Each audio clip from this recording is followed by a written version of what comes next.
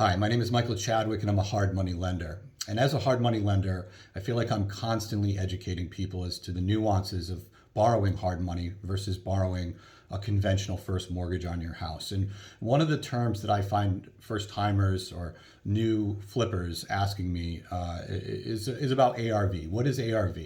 And why do lenders look at ARV? And ARV is simply an acronym for after repair value. And we look at after repair value because it's an important metric for understanding the risk of our loan. So as a lender, I'm always focused on loan to value. But with regards to fix and flip type properties or properties that require some level of construction where the borrower is taking the value from today's value to its future value, we're going to look at the after repair value as our valuation methodology, if you will, and use that value to determine exactly where our LTV is. So LTV is calculated loan divided by value. In the case of a fix and flip loan or a ground up construction loan, I'm going to look at my loan in relation to the after repair value. It's as simple as that. So the question is, where do I want my loan to be in terms of loan to ARV? And that's usually between 65 and say 70%. We do loans up to 75% loan to value, but what I find is, my pro flippers will always end up being at a loan to ARV between 65 and 70% because they want to really target a certain level of profitability, and so they really want that future value to be at a level where they're going to see enough return on an investment, and that'll be a topic for another video. So how do you calculate ARV? And that's simply looking at today's market conditions. And what you want to do is you want to factor in the type of property you're buying. You want to look at the size. You want to look at the number of bathrooms. You want to look at all the different location aspects of the particular property, especially in New England where values can vary street to street. It might be proximity to the T.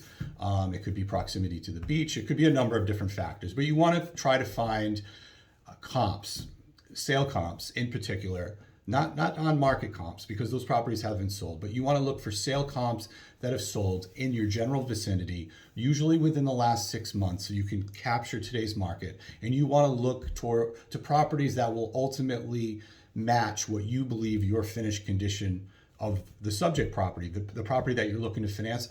You want to make sure that they match up with that particular comp, and you want to make adjustments. So you want to say, is this property that I'm comparing mine to, does it have superior finish quality?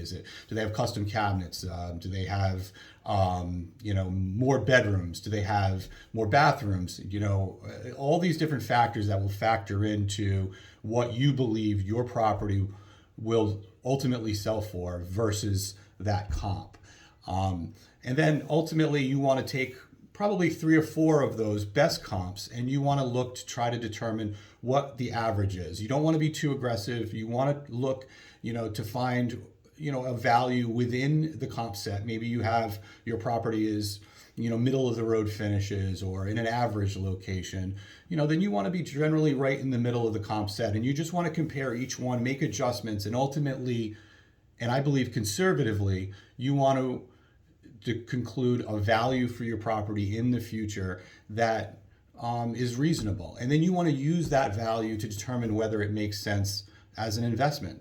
If the value in the future, if the after repair value is such that it leaves you only with a certain level of profitability, then it might not be worth it as an investment and you might move on.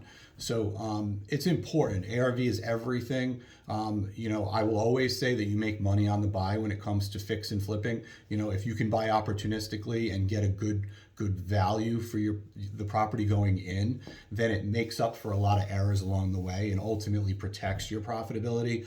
But that said, you really need to know what you're delivering for product. You need to know how it compares with other properties that have sold in the marketplace.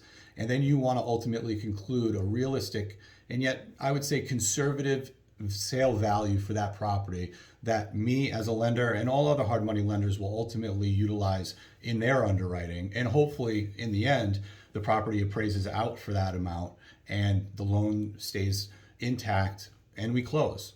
And it's as simple as that. So loan to ARV, it's as important, in terms of metrics as it comes for a hard money lender. It's something that we're going to focus on right out of the gate. It's definitely, a term that you need to know as a flipper and get very accustomed to dealing with and talking to lenders about. So I thank you for watching. Continue to stay with me through my hard money loan adventures. I see a lot of different types of loans. I see different properties of all shapes and sizes. And on this channel, I'll be talking more and more about those. So if you like the content, please like and subscribe. I'm sure I'll put out another video in the next week or so. Thanks.